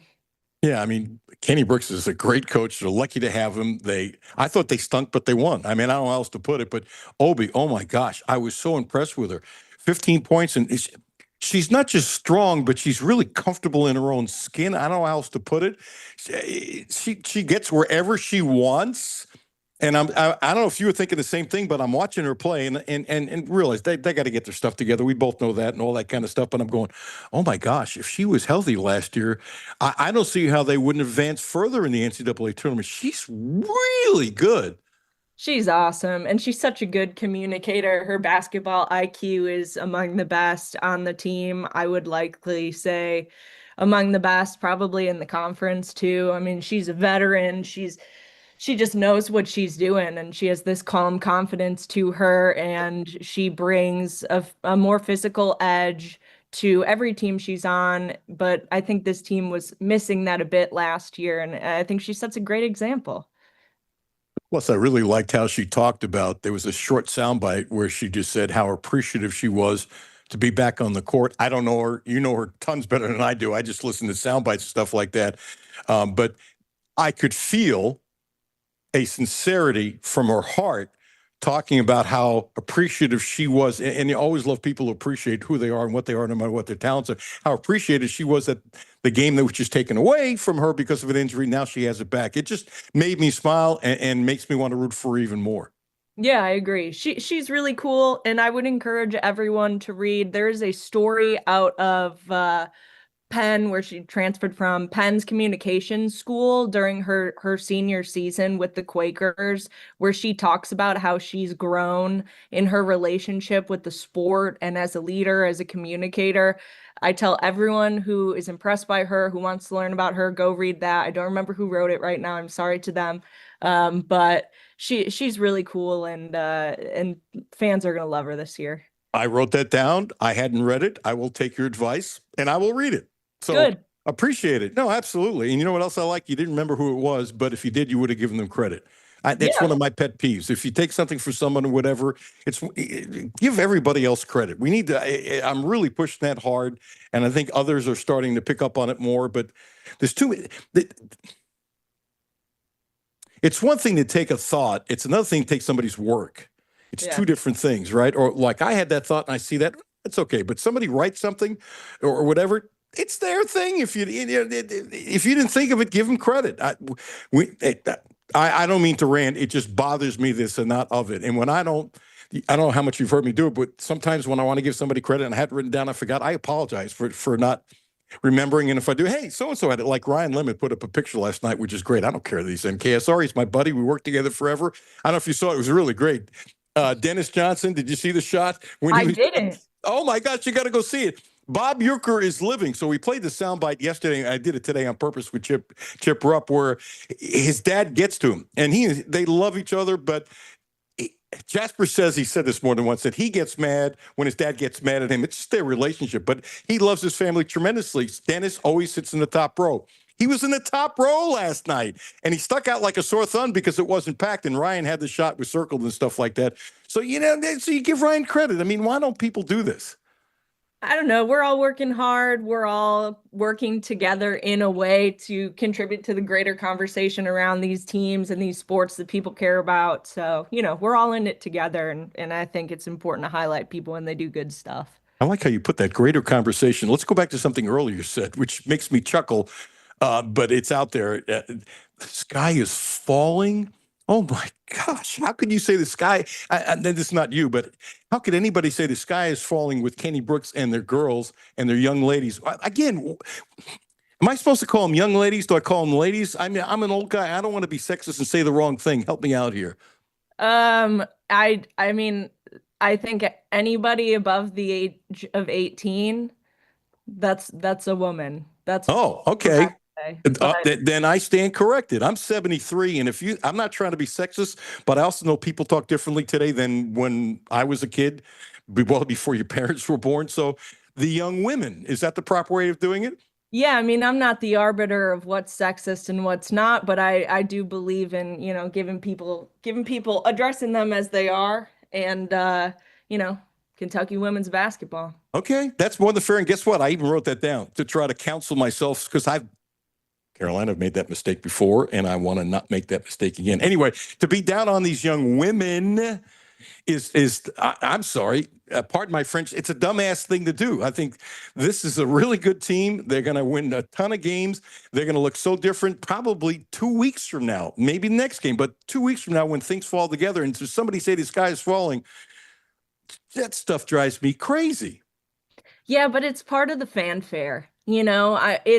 It's one of those things, the highs and highs, and the high highs and the low lows are part of what make sports really fun and exciting and an emotional experience for fans. So I get it. And you know what? everybody in Big Blue Nation seems to have a flair for the dramatic, and I say that respectfully and with compliments. People care, and they want to see greatness on the court, and I respect that. Oh my gosh, you think there are Kentucky fans that are dramatic? How could you possibly say that? So what's the best thing you saw on the court the other night? What's the worst thing you saw? And I really like what Kenny Brooks said, forget the stats. And somebody asked him, what was the best thing about tonight? He said, we won. That's it. So how do you look at it? Yeah, I think the best things that I saw on in their first game are things that are going to bode well for the future, right? Little glimpses of great stuff. I'm talking about Kaylin Carroll, who doesn't seem to be on the typical trajectory for a freshman within Kenny Brooks' system. She wasn't perfect. She wasn't doing everything right, but she was confident. And I think that's really cool to see from a freshman. And, that's consistent with everything that people said about her high school coaches, her AAU coaches. People look at her and they say, well, she's a confident leader. She's going to try her best. And I thought we saw that. Obviously, Jordan Obi, I liked what we saw from Asia Boone. I thought that she was a helpful punch off the bench, and I think she'll be important depth at the guard position, but depth in general. I mean, you were seeing different rotations, and everyone, for the most part, was impacting the game in some sort of way, and that's something that we didn't see last year from this program because they didn't have the same depth. So with the freshman, I think you're saying she's a player, and it's going to help out a lot. The other thing is, I have wondered last year at times, would the depth have gotten better had he played some of the extra players more, that they would have become more comfortable? Because I do believe in the old adage, not true all the time, because you play depth and you have no talent. I'm not saying there wasn't any talent, but you have no talent. Playing somebody doesn't do you any good. And I thought the depth might have been better at the end of the year if some of these young women, I had to catch myself on that. Seriously, Caroline, you really helped me out here. Seriously, had played more, but it looks like the talent off the bench is so much better that he feels comfortable, as he's the coach, to play more people off the bench because they have more potential. Do you see it sort of that way? I do see it that way. I really do. I think that you can only do so much when you are hired at the end of March and you got to pull a roster together and make something happen in your first year at Kentucky. He obviously had more time this year, and the transfers that he brought in, each of them all conference selections multiple times over, and I think that's notable. They are more talented, they are deeper, and he will start to he has the opportunity now where he can put people in who maybe aren't necessarily ready to be the greatest players on the floor, but they're reliable. They'll be able to make a difference, keep them in games, and that will serve them down the line when we get to February, March. So I'm curious of what you think of his philosophy. I respect the fact a lot that he's saying he wants a tall team.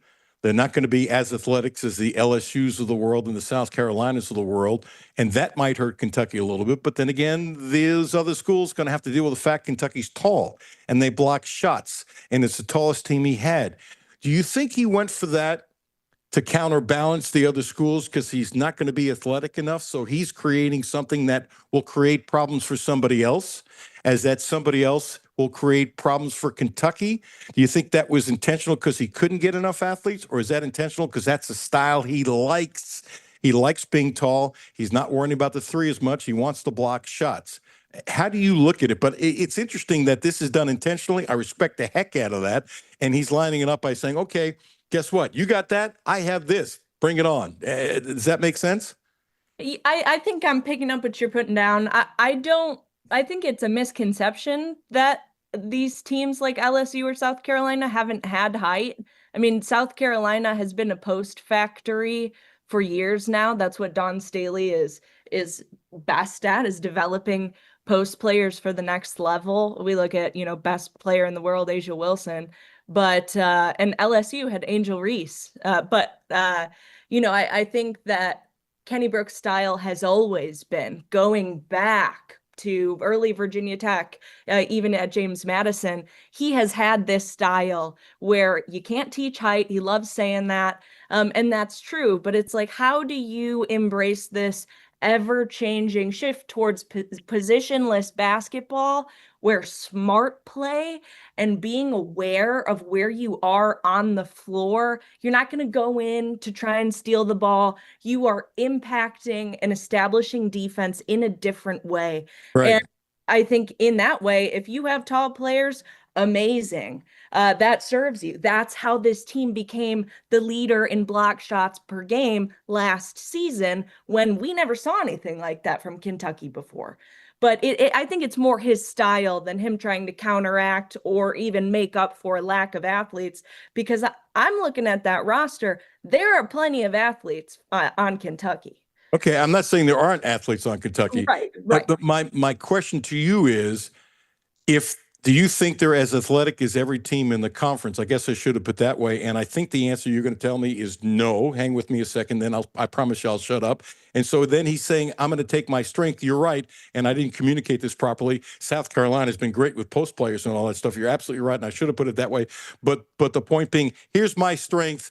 Come get me, because he was doing this, as you said, long before he came to Kentucky. I think he said he started going tall about 12 years ago. I think he said that in a press conference, if I remember right. But the point being, this is who I am. This is what I do. This is what I'm recruiting to. And I think I can get to the Final Four this way, no matter what you have. Maybe that's a better way of putting it. Yeah, and I think that's true. I mean, athletes are only getting stronger, faster, more aware, right? We see that the game is getting faster. It's super fun to watch. And in this way, he kind of positions his teams differently because of their style, or with their style. And I think that will carry them. I agree with you. So you're expecting, as a reporter, this to be a very fun year for you, don't you? We'll see. I mean, the conference is loaded, but I have them in my top 25, and I expect to vote them into my top 25 again, depending on what we see from them against Monmouth.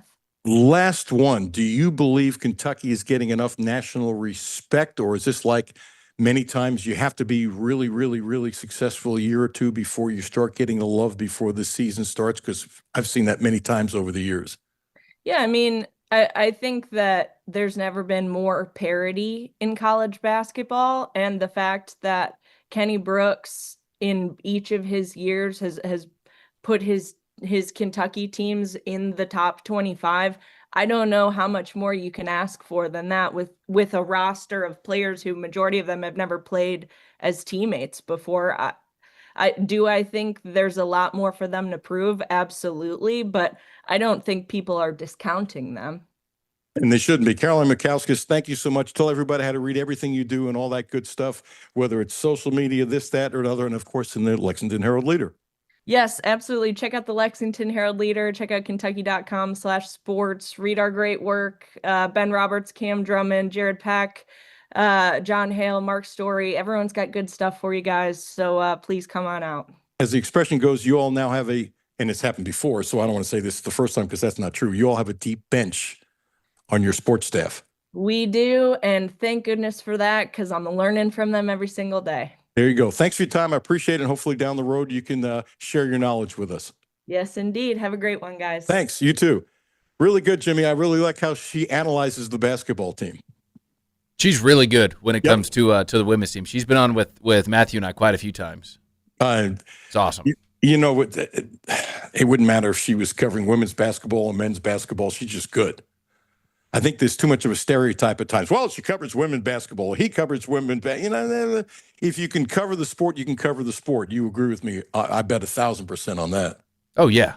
Yeah. If you're good, you're good. It's no different than if you're a women's basketball coach or men's. No, are you a good coach or not? Can you coach the sport? Yeah. There's a lot of, as I was talking to Alan Feldhouse the other day, there's a lot of high school coaches who would have made really, really, really good college coaches, but they never had the opportunity, or maybe they didn't want the opportunity because they didn't want to start moving their family around. which is what you have to do. It's been true of forever. I learned that when I got here in the early 80s. There were so many good high school coaches and so many good small college coaches. You say, man, there were small college coaches in the state of Kentucky that were better than a lot of the SEC coaches. I didn't say all, but a lot. And it's true. Hey, don't forget about Terry Page, my friend, 859-373-0578. 859-373-0578 in Butler, Kentucky on Monday and Tuesday. She just moved this week to 2035 Regency Road, suite number 3. Number 3 suite is on both sides of the building. I don't know exactly where it is yet because I haven't been there since you just moved. But if you have trouble finding it, call her, 859-373-0578. I can give you a better description on Friday or next week. She's been great for me. Very special. I appreciate her tremendously. And I appreciate Elliott Services tremendously. 859-255-5788. 859-255-5788. Need an electrician? Elliott Services, 100% employee owned. They've taken care of me big time when I really needed them.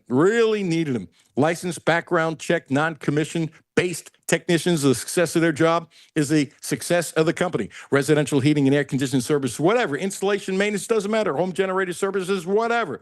Home electrical handyman services, hey, whatever. You really need them, and these people are really good. Electrical handyman, whatever. EV charger installation and maintenance. I needed that the last time.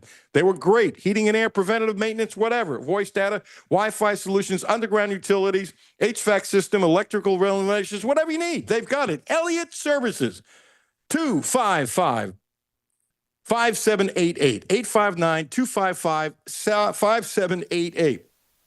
Thank you for listening. Thank you, Carol Mikauskas. She's always really good. Thank you for Jim Master. Thank you for Chip Rupp. Jimmy, as always, thank you. Brad Taylor coming up next. Matthew and Jimmy at 10. I'll be back at noon. Have a blessed day. Thank you for listening anywhere in the country.